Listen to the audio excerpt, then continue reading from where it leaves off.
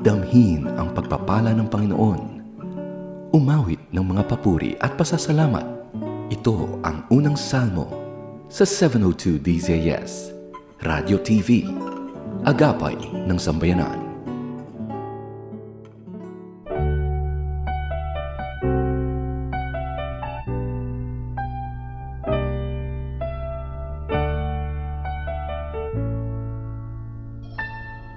Aking kaibigan, dinggin ng awit, paalaala ang inihatid, ang Diyos ay nasa'yo,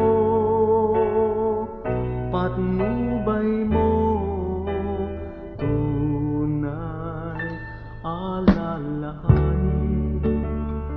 mahal ka sa'kin sa bawat araw, laging dalangin na pagpalain ka ng Diyos sa tuwina dahil sa mahal ka niya. Kung ika'y hindi kapili, kasama ka sa aking dalangin. Kahit ako'y di na naaalala pa, huwag lang si Kristo ang limutin mo. La la la la la, la la la la la, la la la la la, la la la la la. Ang Diyos ay nasa'yo, patnubay mo tunay alalahanin, mahal ka sa'kin sa bawat araw, laging dalangin na pagpalain ka ng Diyos sa tuwina dahil sa mahal ka niya. Kung ika'y hindi kapili, kasama ka sa aking dalangin.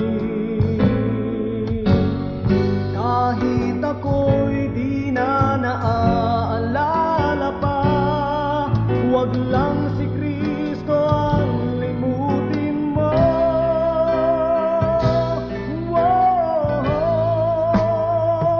Aking kaibigan, dinggin ang awit, paalaala ang inihatid, ang Diyos ay nasa'yo, patnubay mo, alalahanin mo,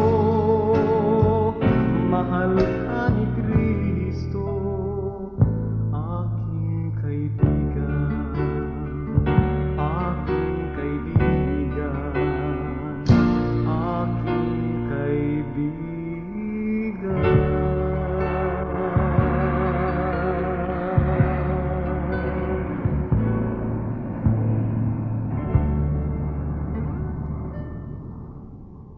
Kumusta ka, kaagapay? Simulan natin ang araw na mayroong pusong puno ng kagalakan at pasasalamat. Magandang araw. Ako po si Pastor Ronald Llobrera. Ipagpapatuloy natin, kaagapay, ang ating pag-aaral sa temang ang kaloob ng Diyos. Sa umagang ito, ating tatalakayin ang madalas na ginagawa ng kaaway o ng dyablo sa ating buhay. Maraming magagandang bagay na ang nais ng Diyos ay makita at maranasan natin. Subalit marami ring mga pangit na bagay na ang gusto ng dyablo ay makita at maranasan natin. Ang nakalulungkot, ito ang madalas na makapagpahina at makapagpalito sa tao. Pag-aralan natin ito, kaagapay. Ang mga panlilinlang ng dyablo. May 4 na panganib na kasinungalingan si Satanas na dapat nating kaiingatan. Unang panlilinlang, huwag kang magkumpisal agad. Hindi ka ba nahihiya na lalapit agad sa Diyos para magkumpisal pagkatapos mo magkasala? Huwag paniwalaan ang kasinungalingang ito. Bilang bagong mananampalataya, ang katulad mo'y isang bata na nag-aaral at lumalakad. Kapag nadadapa ang bata at narumihan, nakakahiya ba siyang umiyak at humingi ng tulong? Kapag ikaw ay nagkasala, ang katulad mo'y isang batang nadapa. Gusto ng Diyos na humingi ka kaagad ng tulong para linisin ka niya. Pangalawang panlilinlang, ikaw ay walang kwentang Kristiyano, hindi ka na mahal ng Diyos. Isa pa itong malaking panlilinlang ng dyablo. Pag-isipan mo ito kaagapay, kailan ba nagsimula ang Diyos na mahalin ka? Nung ikaw ay di pa mananampalataya at namumuhay ka pa sa kasalanan, mahal ka na noon ng Diyos. Ang sabi sa Aklat ng Roma, Kabanatang 5, Talatang 8, ngunit pinatunayan ng Diyos ang kanyang pag-ibig sa atin nang mamatay si Kristo para sa atin noong tayo'y makasalanan pa. Kaagapay ngayong mananampalataya ka na, magbabago ba ang pag-ibig ng Diyos dahil sa nakagawa ka ng kasalanan? Pangatlong panlilinlang, dapat magpenitensya ka muna bago ka patawarin ng Diyos. Ang kasinungalingang ito'y isang insulto sa Panginoong Hesus sapagkat ang ibig sabihin nito'y may idaragdag ang gawa ng tao sa pagtubos na ginawa ni Hesus para sa atin. Isa lang ang batayan ng kapatawaran at ito'y ang kamatayan ni Hesus. Ang minsanang kamatayan ni Hesus ay mabisa para sa lahat mong kasalanan. Pang-apat na panlilinlang, sige, magkasala ka pa sapagkat patatawarin ka naman ng Diyos basta magkumpisal ka lamang sa Kanya. Ito ang panlilinlang ng dyablo na mapanganib sa lahat. Ang pagpapatawad ng Diyos ay hindi lisensya para tayo'y magpatuloy sa kasalanan. Bilang mananampalataya, nag-aaral pa lang na lumakad, paminsan-minsan ay maaari kang matisod at madapa. Hindi nito ibig sabihin na patuloy ka ng maglublob sa pusali. Kalooban ng Diyos na ikaw ay lumago sa iyong kaalaman at espiritual na pag-unlad upang sa hinaharap ay maging madalang na ang iyong pagkatisod at pagkadapa. Pangako ng Diyos na ikaw ay palalakasin niya upang ikaw ay magiging mas matagumpay sa bawat araw.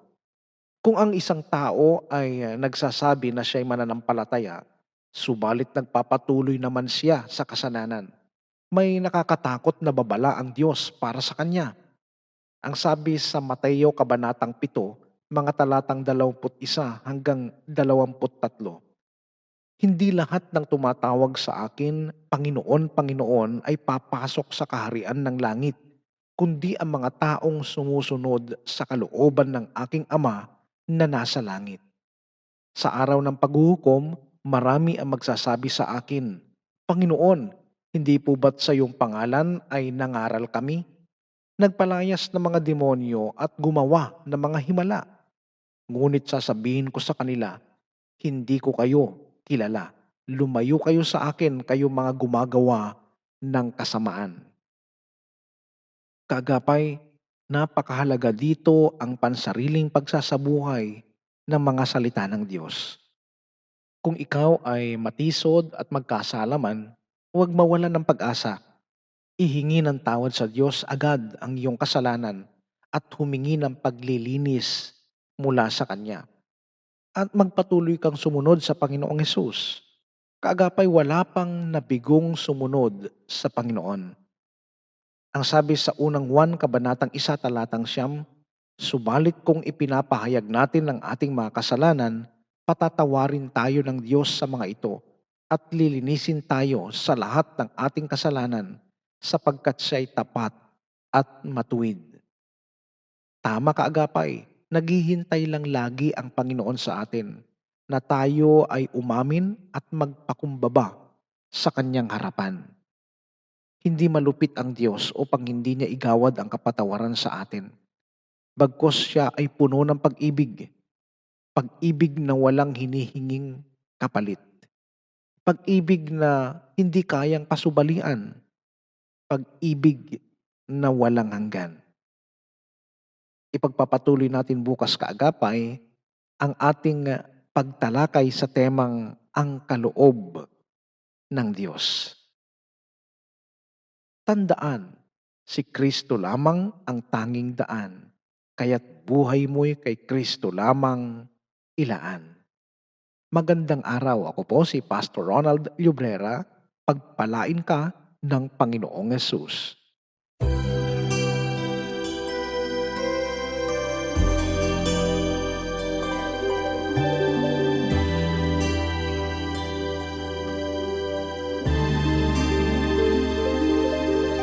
Aking Panginoon, tanging Ikaw ang kanlungan, matibay na kublihan at kaligtasan. Sa bawat pagsubok, sandigan ka't kalakasan, patnubay ka't gabay sa aking daan. Aking Panginoon, tanging Ikaw ang kailangan, sa buhay ko'y pag-asa kang walang hanggan. Sa bawat hakbangin, akayin sa landasin, sa piling mo ako'y iyong dalhin. Ikaw ang Diyos na kahanga-hanga, manlilikha't makapangyarihan, Diyos ng kabanalan, Hari ng kalangitan. Ikaw ang Diyos ng kadakilaan, sakdan ng kalwalhatian. Ikaw lamang, Panginoon, ang sasambahin magpakailanman.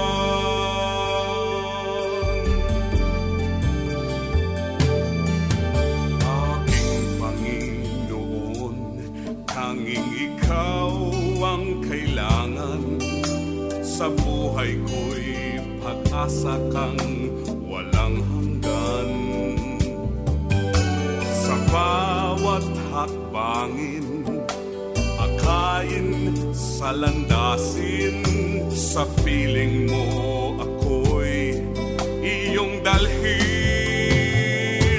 Ikaw ang Diyos na kahanga-hanga, manlilikha't makapangyarihan, Diyos ng kabanalan, Hari ng kalangitan.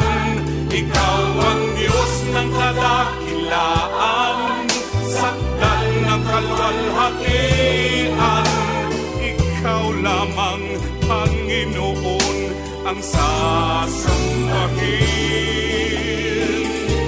Ikaw ang Diyos na kahanga-hanga, manlilikha't makapangyarihan, Diyos ng kabanalan, Hari ng kalangitan. Ikaw ang Diyos ng kadakilaan, sakdan ng kalwalhatian. Ikaw lamang, Panginoon, ang sasambahin.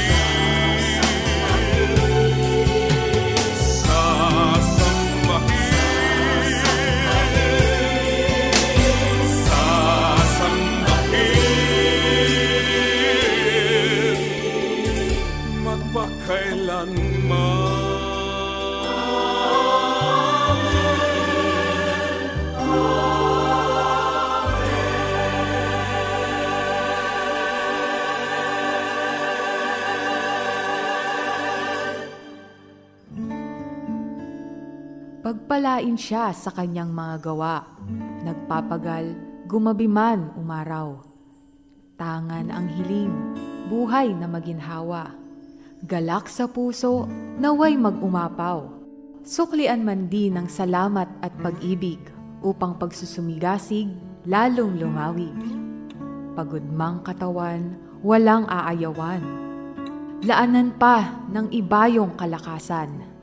Siya nahirati sa pagpupunyagi, gawaran nawa ng 1,100 ngiti. Pagpalain nawa gawa ng mga kamay, tanging hangad ay maalwang buhay. Nag-aabang ang bagong araw, sa katapatan mong kailan may di bumibitaw.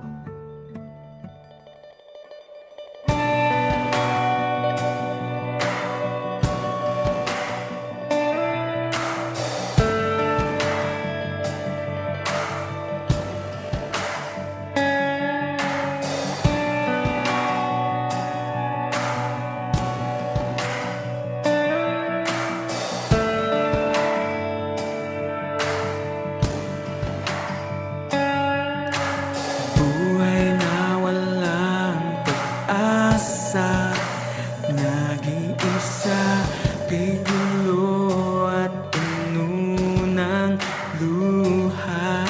Akala ko wala ng pag-asa, ang katugunan ay di ko makita. Nung akala ko'y wala katugunan, at ang natitirang pag-asa'y isusuko ng tuluyan. Iniabot mo ang iyong mga kamay, sa iyong liwanag ako ay nakay. Hantog ko sa'yo'y aking papuri, awit ko sa'yo ay panwalhati, pagkat ikaw ay karapat dapat. Jesus, ikaw ay karapat dapat.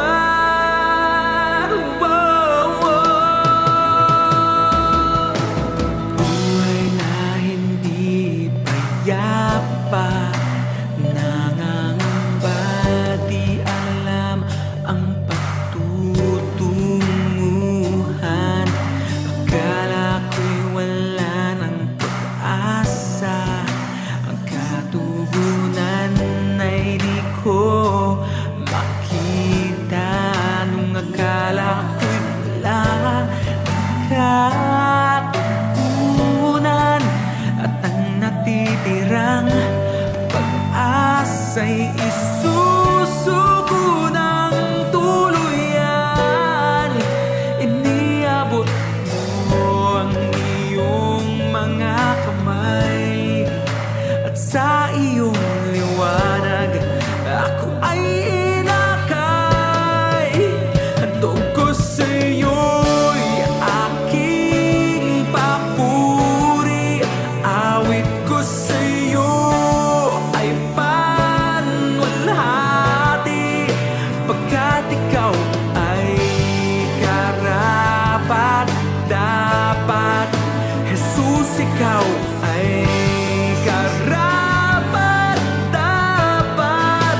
Ang buhay ko'y iyong binago, sugat ng aking puso'y hinilo mo, kaya't ikaw ay karapat dapat.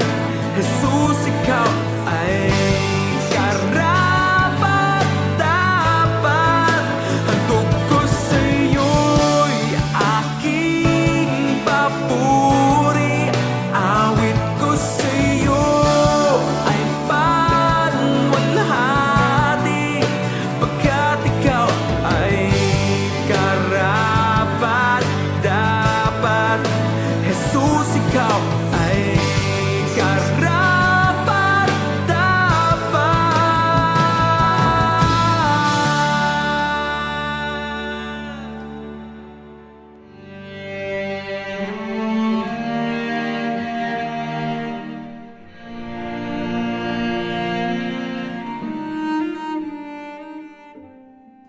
Panginoon, maraming salamat po sa panibagong araw, panibagong buhay, panibagong pag-asa. Sa aking paglalakbay, kayo po ang siyang gumabay. Sa paghawak ko ng aking manibela, ikaw ang siyang maging direksyon. Sa bawat tutunguhin, sa bawat paroroonan, ligtas na biyahe ang aking hiling. Pagpalain nawa ang aking mga kamay upang maihatid ng maayos ang bawat mga sakay. Bigyan po ninyo ako ng matuwid na pananaw at mahabang pasensya sa mga kakaharaping pagsubok sa lansangan. Paghariin po ninyo ang pusong mapagpakumbaba at malawak na pangunawa sa kapwa. Dalangin ko po na sa maliit kong pamamaraan ay maging pagpapala ang aking sasakyan. Sa inyong mga kamay, isinasalang-alang ko ang kaligtasan ng aking patutunguhan. Sa pangalan ni Jesus, Amen.